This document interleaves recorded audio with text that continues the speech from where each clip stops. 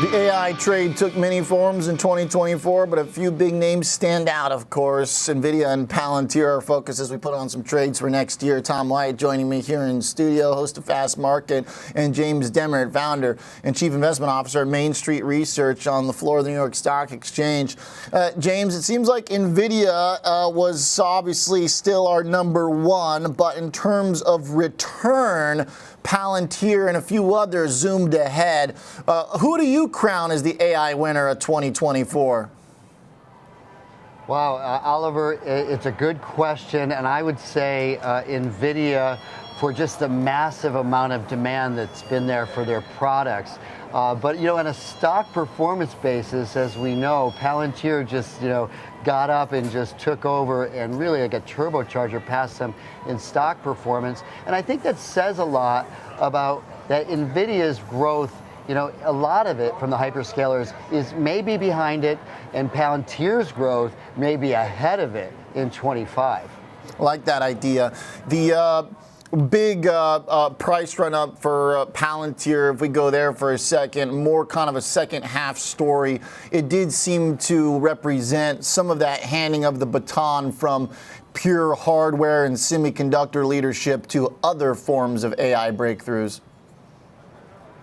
Yeah, this is a relay race. I love the baton analogy, and you have to realize that the semis start the cycle with the hyperscalers purchasing, but it's really those second derivative companies like Palantir who invested so dramatically in AI that they're going to start to see that come out in wider and bigger profit margins in 2025. And I think that's why the stock really got off the floor in the middle of 2024 and very well may have better performance than the semis in 25.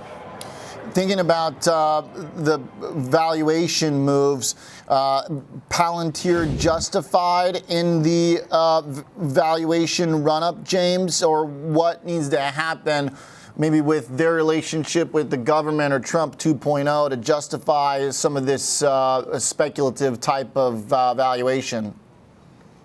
Yeah, if you're a value investor, this is going to be really a scary one. and I would suggest investors at these heights buy something like Palantir on some weakness. And as we saw in recent days, they'll take these AI stocks down big in any kind of normal market correction. But I think the valuation here with Palantir can be justified.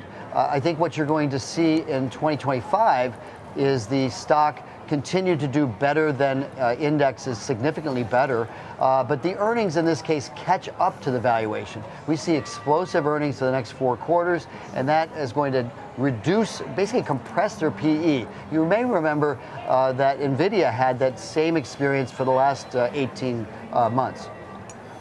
24% growth, basically 25% for the year for Palantir. Nvidia, obviously a huge growth story, but one that did peak out earlier in the year. We're looking at still, though, doubling revenues on an annual basis. So I guess there's got to be at least some kind of floor in Nvidia. How bad could the stock get when it still is seeing so much demand? Well, this is the beginning of an AI tech-led business cycle bull market, and there's a lot of room for Nvidia to continue to have great revenue. Probably not quite what it has been, but we think Nvidia will continue to do better than indexes. It's pole position for the semi business. But again, the market's going to rotate to where earnings will be best in going forward, and that's that second derivative, the Palantirs, the ServiceNows, the Oracles, certainly software, telecom, and then of course getting into other sectors as well. Seems like Nvidia pretty reasonable at 40 times earnings, James. Not bad. Yeah, they've had an ability to continue to report earnings that keeps that PE sort of grounded. And I would suggest that, in 25, they trade more on their earnings, as the rest of the market probably does. Companies are going to trade more on earnings, not the Fed, because I think they're out of the way. So if Nvidia's growing at 30 to 40% a year, you can look at the stock price having that kind of return. Not, certainly not what it was in 24, but certainly much better than indexes. Yeah. James, thanks for the thoughts. As always, appreciate it. Good stuff. taking us into the 2025 trade there, Tom. Palantir versus Nvidia. Let's start with Nvidia. What do you think? I mean, the growth is obviously going to slow down.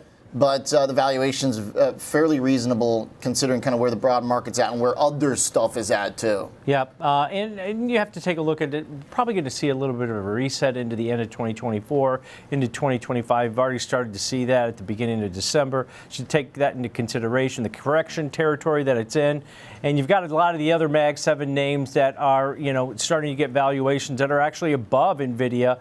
And we haven't seen any pullback expectations from some of the major tech players for their products. So I looked at something that gives me a little bit of duration in this one going into 2025. If you think it's going to rebound, and I picked a couple of strikes that are near at the money at the current rate, around 130, 129 or so, where you think it's going to go higher. But then you're offsetting some of the costs on that bullish position because the farther you go out, and I'm going out to February monthly option series, so a couple months till expiration from the end of the year, to give myself that duration. But what that means is you're going to have an excess extrinsic option premium in calls that you buy that might be at the money. So you want to offset some of those costs. So I looked at a basic call vertical here where I'm going to take advantage of maybe a move higher in the stock, but capping my gains because I can offset some of my risk on that position. Buying the February 130 call, selling the February 145 strike call.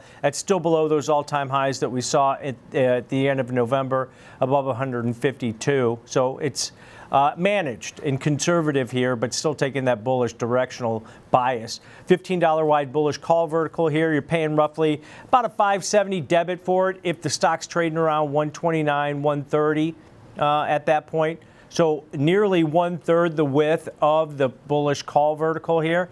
Pay $5.70, your break even is going to be $135.70 to the upside. That's only about 5% above $129, $130. So you don't need a massive move to the upside on this one to profit. You're going to avoid that earnings that comes in at the end of February also, so that might be key. But you're going to capture some upside here over the next couple months. All right, like that. So also you don't need like a massive move for Nvidia to break out. You just need it to firm back up, kind of drift to the top of the range early next year. For Palantir, obviously, it feels like you got to take I mean, you don't have to take a different approach, but you can because the volatility is very much more so present. And if you look at the commercial side of their business, which is really growing, they're really involved in the government side. That's still creating a bunch of revenue, but the commercial side's really starting to pick it up. And that's why you saw those over 300% gains in 2024 for Palantir based on their growth expectations, right? Even though valuations might be getting stretched. Same kind of concept here in Palantir that I used for Nvidia. The key difference is Palantir reports earnings in early February. I want to avoid that while still taking advantage of, if you think this thing's going to rally into that report and you can avoid that event risk, this type of strategy takes advantage of it. Using that same bull call vertical here, where I'm going to buy something around the 70 strike, in the January 31st weekly options. So you've got just over a month till expiration in these. Buy the 70 call, sell the 85 strike call, which would be a new all-time high for Palantir on that one. $15 wide bullish call vertical here also. And I'm paying that same debit. If the stock's currently trading around 72, 73 bucks, I'll pay $5.70 debit. There's your risk. $15 wide bullish call vertical, nearly 1/3 the width of that bullish call vertical.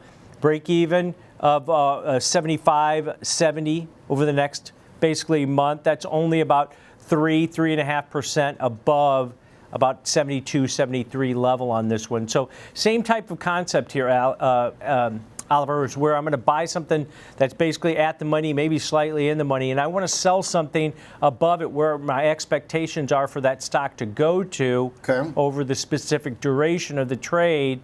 And that offsets some of my costs and risk on this type of position because, like I said, there's a lot of extrinsic option premium in these farther dated options. All right. It does kind of seem like that's what you should be doing with the stock like Palantir when you've got such volatility and so much premium kind of baked in here. You got to have something, you would think you'd want to have something to kind of offset. I like it. Thanks, Tom. Good stuff. Like the trades.